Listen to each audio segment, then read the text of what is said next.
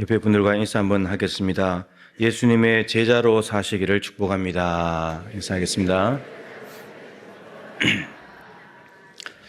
오늘 평신도 사역위원회 두 번째 사역위원회는 제자훈련 사역위원회 관련해서 말씀을 드리겠습니다.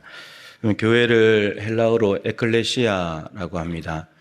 에크라는 접두어는 무엇에서 밖으로 이런 말이고, 그 다음에 에클레시아는 칼레오, 부르다라는 뜻입니다. 그러니까 세상에 있던 것을 세상 밖으로 불렀다, 이런 말이죠. 따라서 교회는 예수님의 십자가 보혈로 죄를 씻어서 거룩하게 된 성도로 부르심을 받은 사람들, 그리고 예수님을 주로 믿고 그 이름을 부르는 모든 사람들을 일컫는 말입니다. 세상 속에서 죄를 짓고 살고 죄악한 데 살았는데 예수님의 보혈로 죄를 씻어서 거룩하게 된 사람들, 그래서 교회에 왔는데 성도라고 불려지고 또 그들이 예수님의 이름을 부르는 사람들, 이 사람들이 교회다. 고린도전서 1장 2절에 이렇게 정의를 내리고 있습니다. 세상에 있지만 교회에 와도 교회는 여전히 세상 속에 있잖아요. 그 세상 속에 있지만 예수님 때문에 세상과 구별된 공동체, 이게 바로 교회다라고 하는 거죠. 그런데 요한복음 17장 18절에 보면 예수님께서 아버지께서 나를 보내신 것 같이 나도 너희를 보낸다. 하나님 아버지께서 예수님을 세상으로 보냈습니다. 근데 예수님도 자기 제자들을 세상으로 보낸다라고 말씀하고 계십니다.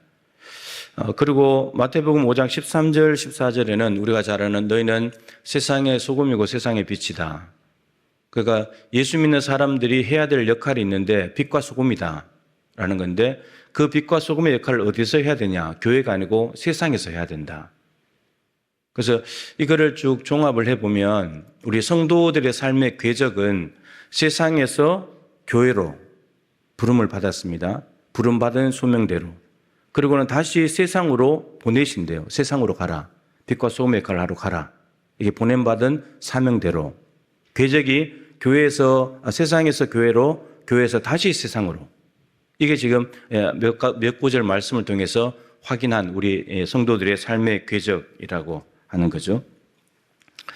자, 그런데 세상에서 교회로 온 성도가 다시 세상에 가서 빛과 소금의 역할을 해야 되는데 그걸 어떻게 감당할 수 있을까? 이게 중요한 일인 거죠. 그래서 필요한 것이 이제 이 궤적이 이렇게 왔다가 이렇게 갔는데 한 지점이 더 필요합니다. 그 지점이 무엇이냐면 세상에서 교회로 부르고 난 뒤에 세상으로 다시 가려면 위로 올라가야 됩니다. 자라야 됩니다. 자라서 다시 세상으로 가야 됩니다. 세상에서 교회로 부름받아서 교회 안에서 자라고 성장해야 됩니다. 어디까지 성장해야 되냐? 세상에 갔을 때 빛과 소금의 역할을 할 수 있을 만큼 성장을 해야 되고, 그러고 난 뒤에 세상으로 가는 겁니다. 부르시는 것은 십자가의 복음을 통해서 구원받는 거죠. 세상과 구별되기 시작하는 시점이죠. 그리고 이 위로 올라가는 것은 성장하는 겁니다. 자라는 거죠. 양육을 받는 겁니다. 그러고 난 뒤에 어떻게 하냐? 세상으로 다시 파송하는 거죠. 이제 어떻게 세상의 빛과 소금이 되어서 세상을 바꾸려고. 이게 성도들의 삶의 궤적이에요. 우리가 이제 이 궤적을 따라가야 되겠다라고 하는 거죠. 그것이 오늘 말씀과 연관이 되어 있습니다. 이스라엘 백성들이 애굽에서 430년 종살이를 하다가 하나님께 부르짖어서 하나님이 모세를 보내서 출애굽시켰습니다. 구원을 했죠. 구원한 이스라엘 백성들을 바로 가나안 땅으로 데려가지 않았습니다. 광야로 갔습니다. 광야 40년 동안. 광야 40년 시간을 왜 보냈는가? 아까 제가 예배로 부름에 신명기 8장 말씀을 읽었는데, 광야에서 하나님의 방법대로 살아가는 것을 훈련하기 위해서예요. 이제 바로가 통치하는 것이 아니라 하나님이 통치하시기 때문에, 이제 애굽의 체제에서는 벗어났기 때문에 이제 하나님 나라의 체제로 바뀌어져야 되니까 이 체제를 바꾸는 거예요. 삶의 방식을 바꾸는 거고, 기준을 바꾸는 거고, 가치관을 바꾸는 거예요. 이게 무려 40년인데요. 40년 동안 뺑뺑 돌았는데 사실은 40년 채 되기도 전에 거기에 적응하지 못하고 불순종하고 구원은 받았지만 불신앙으로 살아가던 출애굽 1세대는 광야에서 다 죽었어요. 가나안 땅 못 가고. 그래서 이 40년 기간은 하나님의 말씀을 가지고 하나님의 방식대로 살아가는 것을 훈련하는 기간이었다. 라고 하는 거죠. 노예의 근성을 벗겨야 되니까. 뻑하면 애굽으로 돌아가자 그랬잖아요. 힘들면. 먹을 게 없으면 애굽으로, 마실 게 없으면 애굽으로. 그러니까 몸은 출애굽했는데 이 생각과 가치관들이 애굽에 그대로 머물러 있는 거죠. 이게 다 나와야 되는데 다 안 나왔다는 거예요. 근데 이걸 다 나오게 하는 방법은 하나님의 말씀대로 살아가는 40년 훈련의 시간이 필요했다는 겁니다. 그리고 가나안 땅에 들어가게 된 거죠. 여러분, 이 제자 훈련의 뿌리가 어디인가? 왜 제자 훈련을 교회가 해야 되는가? 근거가 뭔가? 그리고 방식은 어떻게 해야 되는가? 이건 예수님에게서 찾아볼 수 있습니다. 예수님이 그런 방식을 하셨으니까요. 예수님의 첫 번째 선포는 회개하라 천국이 가까웠느니라 라는 것이었습니다. 예수님은 이 땅에 오실 때 하나님 나라를 가지고 오셨습니다. 천국이 가까웠다는 말은 예수님 천국이거든요. 근데 천국이 왔다는 거예요, 지금. 예. 근데 하나님 나라를 가지고 오셨기 때문에 이미 하나님 나라는 이 땅에 시작이 됐어요. 완성된 하나님 나라는 아직 아니지만 이미 예수님이 하나님 나라를 가지고 오셨기 때문에 이 땅에서 하나님 나라가 경험이 가능한 거예요. 하나님 나라를 살 수 있다는 거예요. 예수님이 가지고 오셨기 때문에 가능하다는 거죠. 근데 예수님께서 이 하나님 나라를 어떻게 사람들에게 보여주고 전파하시고 알려주셨는가? 그것이 세 가지 사역이에요. 천국 복음을 전파하시고, 그리고 가르치시고, 모든 병과 약한 것을 고치시고, 이 세 가지를 통해서 때로는 말씀으로 천국 복음에 대해서 하나님 나라를 말씀하시기도 하고, 씨 뿌리는 비유 이런 것들을 통해서 말씀을 가르치시기도 하시고, 그리고 또 행동으로도 보여주셨죠. 행동으로 보여주신 것들은 세리와 지인들과 함께 밥을 같이 먹고, 제자들의 발을 씻어주고, 십자가에 고난 당하시고, 성만찬을 통해서 자신의 살과 피를 내어준다는 걸 가시적으로 다 보여주시고, 그리고 때로는 수많은 이적과 기적을 통해서 눈에 보이는 현상을 통해서도 알려주셨죠. 병자를 고치고, 하나님만 고친다는 나병을 손대어서 고쳐버리고, 중풍병자도 고치고, 죽은 자도 살리고, 바람과 바다를 말씀 한마디로 잔잔하게 하시고, 십자가 죽으시지만 다시 부활하셨고, 이러한 일을 통해서 하나님 나라가 있단다, 예수 안에 하나님 나라가 왔단다, 이것을 구체적으로 보여주시기 시작했죠. 그래서 하나님 나라로 모든 사람들을 초대했습니다. 하나님 나라가 있다, 오라고. 근데 오는 사람도 있었지만 거부하는 사람도 있었습니다. 예수님께서는 제자들을 3년간 하나님 나라에 대한 일들을 지속하셨습니다. 그리고 오늘 본문에 승천하시기 직전에 이 말씀을 통해서 또 한 번 더 당부를 하신 것을 볼 수가 있습니다. 자, 오늘 말씀은 예수님의 지상 대명령입니다. 여러분, 지상이라는 말은 땅 위에서 이런 말이 아니고요, 가장 최고로 높은 거, 이를 지자예요. 최고, 지존이라 그러잖아요. 최고. 예수님을 능가할 분은 없는 거예요. 최고. 이 최고의 대명령, 큰 명령이에요. 그러니까 명령이니까 다 따라야 될 일이고, 최고의 명령이니까 단순히 우선순위에 두고 따라가야 될 일이라는 거죠. 오늘 본문을 한글 성경으로, 우리 성경으로 읽어서 가장 간단한 문장을 만들면 주어 동사가 이렇게 되죠. 너희는 가르쳐 지키게 하라. 이게 제일 간단한 문장이죠. 오늘 한글 성경으로 보면 주어와 동사만 딱 하면 제일 간단한 문장이잖아요. 이거 헬라어 성경으로 보면요, 완전히 달라집니다. 너희는 제자를 삼아라. 이게 가장 간단한 문장이에요. 헬라어로 봤을 때는 제자로 삼는다는 것이 주동사로 되어 있어요. 그리고 나머지 가서 세례를 베풀고 가르쳐 지키게 하는 건 다 분사예요. 분사. 동사가 아니에요. 분사로 되어 있어요. 그래서 이 가서 세례를 베풀고 그리고 가르쳐 지키게 하는 것은 제자를 만드는 과정과 방법들일 뿐이에요. 그러니까 예수님의 지상 대명령의 핵심은 뭐냐면 너희들 제자 만들어야 돼. 이 명령입니다. 오늘 본문의 핵심이 그렇습니다. 자, 그 대상을 보면 누구를 제자로 만들어야 되는가? 너희는 가서 모든 민족을, 예외가 없어요. 모든 민족에게 가야 되겠죠. 제자 삼으려면 가야 됩니다. 가서 모든 민족을 제자로 삼아서 뭐 해야 되냐? 세례를 베풀어야 되죠. 세례 베풀려면 그 사람이 예수님을 믿는다는 고백이 있어야 되잖아요. 그러면 가서 뭐 하냐? 복음을 전하는 거죠. 예수를 전해서 예수를 믿게 하고 그 믿는 사람에게 세례를 베풀라는 거죠. 그러고 나면 세례 베풀고 구원받았으니까 이제 끝인가? 끝이 아니라는 거죠. 가르쳐 지키게 해야 된다. 이렇게 말씀하고 계십니다. 자, 오늘 본문은 예수님께서 16절에 보시면 11명의 제자에게 하신 말씀이에요. 가룟 유다가 죽어버렸기 때문에 11명의 제자에게 마지막으로 지상 대명령을 하시면서 너희들 제자 만들어라, 이거 말씀하세요. 그러니까 11명의 제자가 해야 될 가장 중요한 일은 제자 만드는 거예요. 제자가 제자를 만들어요. 따라서 세상에서 세상 밖으로 교회로 부름받은 우리가 먼저 제자가 돼야 되고, 우리가 제자가 돼서 해야 될 일은 뭔가 자라야 되고, 자라서 세상으로 다시 갔을 때 우리는 누굴 만나야 되는 자리 그 사람을 제자로 만들어야 된다. 이게 예수님의 지상대 명령이에요. 나 하나 예수 잘 믿고 나 하나 구원받아도 거기서 끝이 아닌 거예요. 제자들은 지금 예수님과 함께 3년 동안 지내면서 구원받았고 그렇게 지내니까 너희들은 이제 편안히 잘 살아라. 이렇게 하신 것이 아니고 너희들 할 일이 있어. 세상으로 가야 돼. 그리고 제자 만들어야 돼. 이거 말씀하고 계세요. 자, 중요한 것은 제자를 어떻게 만들어야 되냐라는 거죠. 가르쳐 지키게 해서 제자를 만들어야 된다. 무엇을? 오늘 본문에 이렇게 말했습니다. 내가 분부한 모든 것을. 그걸 다르게 말하면 하나님의 말씀이죠. 하나님의 말씀. 여러분, 11명의 제자가 예수님의 제자가 된 것도 말씀이고, 이 11명의 제자들이 또 다른 제자를 만들어야 되는 방법도 말씀입니다. 동일해요. 동일합니다. 하나님의 말씀이 없이는 제자가 만들어질 수 없다라고 하는 거죠. 세상 지식을 가르치고 처세술을 가르치고 부자 되는 법을 가르치고 인생의 노하우를 가르쳐서 제자 만드는 게 아니에요. 제자를 만드는 유일한 도구는 하나님의 말씀입니다.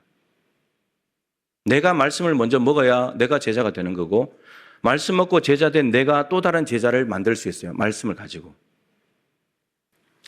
아까 신명기 8장 3절을 했지만 여러분, 광야 40년 지나오면서 하나님께서 이스라엘 백성들을 훈련시키는, 하나님의 백성답게 살아가는, 하나님을 주인으로 모시고 하나님이 왕이시고 하나님의 통치에 순종하는 백성으로 만들기 위해서 하신 하나님의 방법은 말씀이었습니다. 떡으로 사는 것이 아니고 하나님의 말씀으로 사는 거, 이거 훈련하기 위해서, 그러니까 광야에 아무것도 없지만 하나님의 말씀에 순종해서 가면 먹을 게 생기고 마실 게 생기고 적도 물리치고 어려움도 다 해결된다. 말씀이 있는 곳에 가면 살 수 있다. 이거 훈련시키는 거였거든요. 그런데 그 신명기 8장 1절부터 10절까지 끝나고 11절부터 무슨 이야기가 나오냐면, 너희들 이제 가나안 땅에 들어가서 살 건데 거기는 젖과 꿀이 흐르는 땅이다. 광야하고는 전혀 다른 곳이다. 근데 거기 가서 너희들이 살아가는 방법이 뭐냐? 똑같다는 겁니다. 말씀이다. 너희들이 말씀을 가지고 살아야 젖과 꿀이 흐르는 땅에서도, 이방 민족이 있는 땅에서도 살아낼 수 있는데, 말씀을 만약에 버려버린다면 너희들은 그 젖과 꿀이 흐르는 땅에서 망할 것이다. 그런데 실제로 망해버렸잖아요. 그러니까 여러분, 광야냐 가나안이냐 환경이 정반대예요. 그러니까 근데 환경은 정반대인데 살아가는 삶의 방식은 똑같아요. 하나님 말씀입니다. 말씀만 있으면 광야도 살아내는 거고, 말씀을 붙잡아야만 가나안 땅도 살아낼 수 있습니다. 그러니까 이런 거죠. 하나님의 말씀은 우리가 살아가는 환경이 어떠냐, 여건이 어떠냐, 형편이 어떠냐, 아무 상관없이 거기서 누구든지 살아낼 수 있는 방법은 말씀만 붙잡으면 된다. 가나안 땅이라고 살아가는 방법이 따로 있는 것이 아니고, 광야라고 해서 다른 방법으로 살아가는 것이 아니고, 똑같은 방식으로 하나님의 말씀을 붙잡아야 둘 다 살아낼 수 있다. 이게 신명기가 주는 교훈입니다. 신명기 자체 이름이 뜻이 두 번째 말씀이라는 뜻이니까. 사람도 먹어야 됩니다. 먹어야 되잖아요. 예수님께서 신명기 8장 3절을 인용하시면서 마귀가 시험했을 때 사람이 떡으로만 사는 게 아니고 하나님의 말씀으로 살아간다. 삶의 방식이 중요하다. 이걸 늘 말씀하셨고, 그 삶의 방식과 연결시켜서 마태복음에서는 내 뜻대로 행하는 자라야 천국에 들어간다 말씀하셨습니다. 열매로 그들을 안다. 말씀 순종에 대한 열매가 있어야 그 사람이 진짜 하나님의 사람이고 구원받은 사람인지를 알 수 있다는 말입니다. 진짜 제자라고 하는 거죠. 세상에서 부름을 받아서 교회로 온 사람들이 다시 세상의 빛과 소금으로 살아가기 위해서 자라고 성장하고 성숙하는 방법은 말씀을 배우고 말씀대로 사는 훈련밖에 없습니다. 여러분, 말씀 없는 제자 없습니다. 그리스도인이 강해지는 방법은 말씀을 읽고 또 읽고, 말씀을 듣고 또 듣고, 말씀을 묵상하고 또 묵상하고, 말씀을 암송하고 또 암송하고, 그리고 그대로 살아가는 방법밖에 없습니다. 이게 그리스도인이 강해지는 방법입니다. 뭐 돈 많이 벌어서 지위를 얻어서 이런 그런 것으로 강해지지 않습니다. 말씀이 내 안에 충만할 때 그 사람은 강해집니다. 성경은 그렇게 이야기하고 있습니다. 여러분, 세상은 변함이 없습니다. 우리가 세상으로부터 교회로 부름받았다고 해서 세상이 달라지는 게 있습니까? 달라지는 게 없잖아요. 그죠? 뭐 경제적으로 성장했다는데 더 세상은 타락하고 부패하잖아요. 그런 세상입니다. 근데 그런 세상을 우리가 어떻게 살아내야 될까요? 여러분, 내가 변하지 않으면 세상은 안 변하는 거예요. 세상은 똑같아요. 내가 변해야 됩니다. 내가 변해야 세상을 바꾸는 거죠. 우리가 흔히 저도 그렇지만 세상 탓하잖아요. 세상이 왜 이 모양이야? 저 사람들 때문에 안 돼. 나라가 이 모양이야. 이렇게 말하잖아요. 근데 우리도 똑같이 살고 있는 거예요. 나 하나 바뀌지 않으면서. 나도 말씀대로 살지 않으면서 말씀대로 안 사는 사람들 탓을 하고 세상 탓하고 뭐 조상 탓하고 정부 탓하고 이렇게 하고 있다는 거죠. 그러니까 세상이 안 바뀌는 거예요. 탓만 하고 있으니까. 사람을 키우는 일보다도 더 중요하고 가치 있는 일은 없습니다. 사람을 잘 키우는 것보다 중요한 일 없잖아요. 사람 한 명 잘 키워놓으면 우리가 일당백이라 그러잖아요. 100명의 역할을 하는 거예요. 한 명 잘 키워놓으면. 제자는 태어나는 것이 아니라 만들어집니다. 그 제자는 태어날 때부터 선천적으로 제자로 태어나는 것이 아니고 여전히 자연인이고 죄짓고 사는 사람인데 교회에 와서 말씀을 통해서 다듬어져서 만들어져 가는 거죠. 제자로 만들어져 가는 거예요. 예수님도 3년 동안 그래서 제자 훈련을 최소 3년을 해야 되지 않을까 싶긴 해요.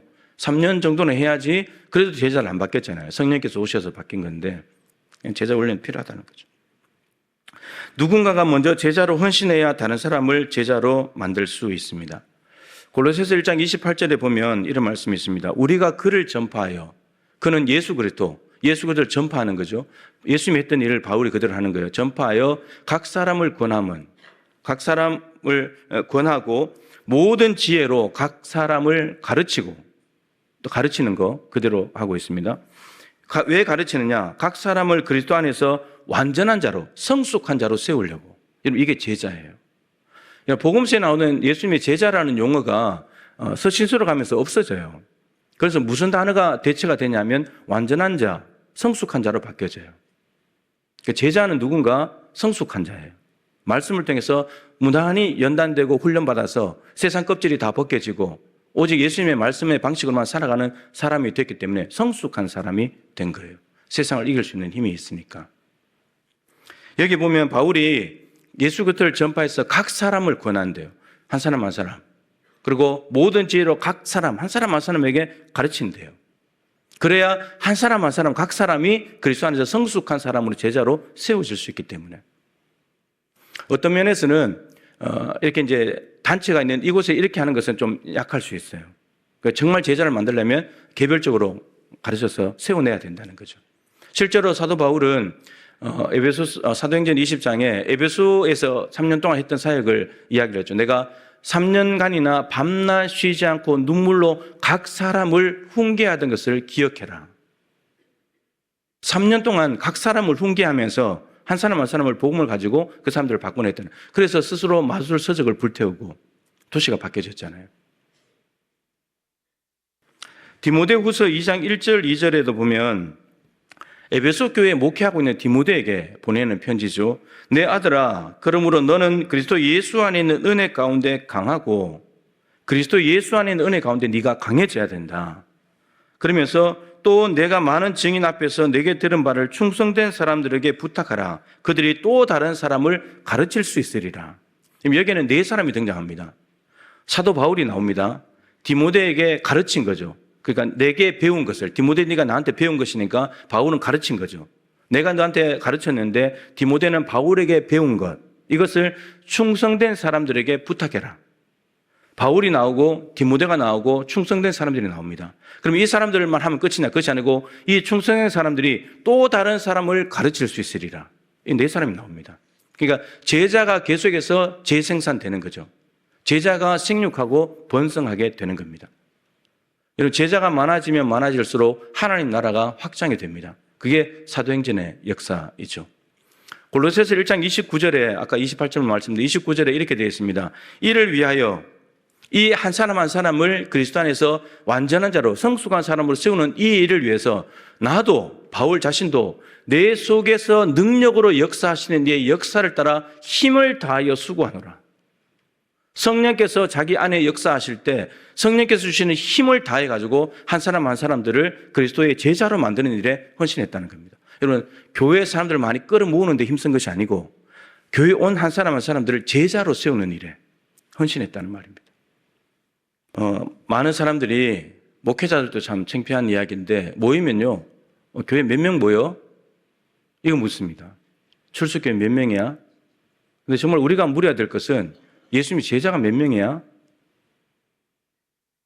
교회 그냥 왔다 갔다 하는 사람 말고 예수님 말씀에 순종하고 예수님의 삶대로 따라 살아보려고 몸부림 차리는 사람 몇 명이야? 우리는 이걸 고민해야 되는 거죠. 근데 교인들이 막 1200만 모인다고 자랑했잖아요. 근데 제자는 별로 없었던 거예요. 그러니까 하루아침에 이렇게 푹석 주저앉은 거죠. 제자가 있었다면, 1200만 명이 모두가 제자가 됐다면 한국교회는 달라졌을 겁니다. 지금 이런 시대가 오지 않았겠죠.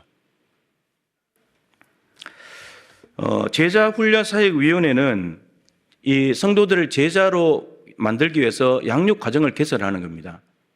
성경대학, 지금 구약성경대학 한다고 했죠. 이런 과정들을 만들고, 그리고 체계적인 성경 공부도 만들고, 부부에 대해서, 부모에 대해서, 부모와 자녀가 대해서, 자녀 교육은 어떻게 되는지, 사회생활은 또 어떻게 되는지, 이런 과목들을 만드는 겁니다. 우리 부교육자들이 할 수도 있고, 저도 할 수 있고.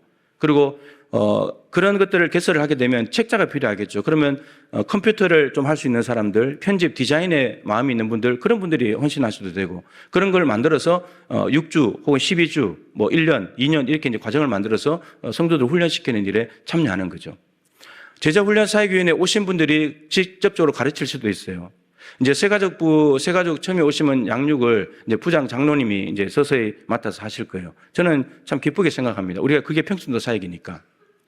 그래서 교회 안에 큐티를 좀 열심히 배워서 하시고 싶으면 큐티 만들어서 하십시오. 큐티 가르치는 거 하면 되잖아요. 성경 읽어지네. 여러분 그거 하십시오. 평신도들이 많이 합니다. 저는 여러분들이 교육자들뿐만 아니고 여러분들이 뭔가를 배워서 제자훈련 사역위원회에 들어와서 제자훈련 양육 과정을 만드는 것들도 참여할 수 있지만 실제로 제자훈련 하는 사람도 됐으면 좋겠다는 거예요. 가르치는 은사가 있는 분들 할 수 있잖아요. 그렇게 하면 좋겠다는 거죠. 1:1 제자 양육 이런 것도 좀 배워가지고 1:1로 앉아서 한 사람을 키워내는 거예요. 한 사람을. 우리가 예수님이 지상 대명령인데 적어도 한 명의 제자는 만들어 놓고 가야 주님 앞에 이렇게 설 수 있지 않겠어요? 그냥 우리가 우리 자신이 허덕허덕거리면서 겨우겨우 버텨내는 신앙생활이 아니라 나부터 제자가 돼서 세상에서 거뜬히 살아내면서도 예수님의 제자 한 명 만들어 놓고 가야, 그래야 주님 앞에 내가 지상 대명령을 그래도 열심히 하기 위해서 애쓰다 왔습니다. 이렇게 되지 않을까요? 이게 여러분 제자훈련 사역위원회입니다. 여러분들은 예수님의 제자로 살고 계십니까? 여러분들이 제자입니까? 아니면 예수님이 나타나면 따라다니는 군중, 무리입니까? 저는 여러분들이 예수님의 제자가 되었으면 좋겠습니다. 예수님의 말씀을 잔뜩 먹고 그 말씀대로 그냥 살아드리는, 그러면서 그 삶을 보고 또 누군가를 제자로 만들어서 또 예수님을 따라가는 제자 만드는, 바울이 내가 예수 그리스도를 본받는 자였던 것 같이 너는 나를 본받아라. 바울이 예수님의 삶을 쫓아가면서 너희들 나를 따라와라. 그럼 바울을 따라가면 어떻게 되냐? 예수님을 따라가는 거죠. 바울이 예수님께로 가니까. 그런 관계들이, 제자가 재생산되는 일들이 교회 안에 많아지면 좋겠다 싶습니다. 여러분 제자훈련사역위원회 여러분 기도하시고 관심을 가지시면서 나중에 신청하실 때 신청하셔서 여러분들이 가지고 있는 은사, 달란트 마음껏 활용해서 교회 안에 예수님의 제자들이 많아지는 우리 교회가 되었으면 좋겠습니다.